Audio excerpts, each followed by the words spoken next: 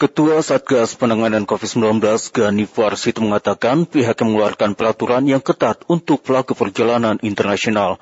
Dalam keterangan pers secara virtual yang diliput oleh reporter Rini Herani, Gani mengatakan ada screening berlapis bagi pelaku perjalanan internasional untuk mencegah kasus COVID-19 dari luar negeri. Atau memonitor tentang upaya pencegahan pemerintah melalui Satuan Tugas Penanganan COVID-19 terus berupaya menekan angka penularan kasus COVID-19 antar negara bahkan antar daerah. Salah satunya dengan melakukan pengetatan persyaratan perjalanan bagi para pelaku perjalanan. Ketua Satgas Penanganan COVID-19 Gani Warsito menyebut Satgas telah mengeluarkan peraturan untuk melakukan penapisan berlapis bagi pelaku perjalanan internasional untuk mencegah penularan kasus dari luar. Selain itu Gani menyebut bahwa pemerintah akan melakukan pengetatan pembatasan mobilitas perjalanan dalam negeri sebagai upaya pencegahan penularan kasus COVID-19 antar daerah. Untuk kegiatan itu semua, Satgas sudah mengeluarkan peraturan untuk melakukan screening berlapis bagi pelaku perjalanan internasional yang kita lebih perketat untuk membatasi atau mencegah imported case dari luar ke dalam kita.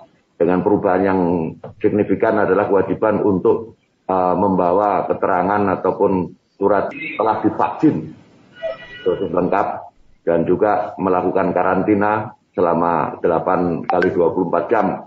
Kemudian pada hari ke-7 dilakukan PCR kedua, khususnya bagi WNI atau PMI yang belum divaksin setelah PCR kedua akan dilakukan vaksinasi. Sementara itu, Koordinator PPKM Darurat Jawa Bali, Luhut Binsar Panjaitan mengungkap bahwa aturan warga negara asing yang masuk ke wilayah Indonesia di masa PPKM Darurat sudah sangat ketat, di mana warga negara asing yang masuk harus sudah mendapatkan 2 kali vaksin, surat negatif COVID-19, dan juga melakukan isolasi setidaknya 8 hari setibanya di Indonesia. Semua orang asing yang datang ke Indonesia itu harus punya vaksin card. Jadi orang yang sudah divaksin 2 kali. Jadi tidak boleh orang datang ke Indonesia itu belum dapat kartu vaksin 2 kali. Sebelum dia datang dia harus swab dulu, PCR maksudnya. Kalau dia sudah dapat PCR negatif, dia datang ke Indonesia, dia nanti di PCR lagi dan dia tinggal selama 8 hari di karantina. Setelah itu dia di PCR lagi, kalau dia negatif baru bisa keluar.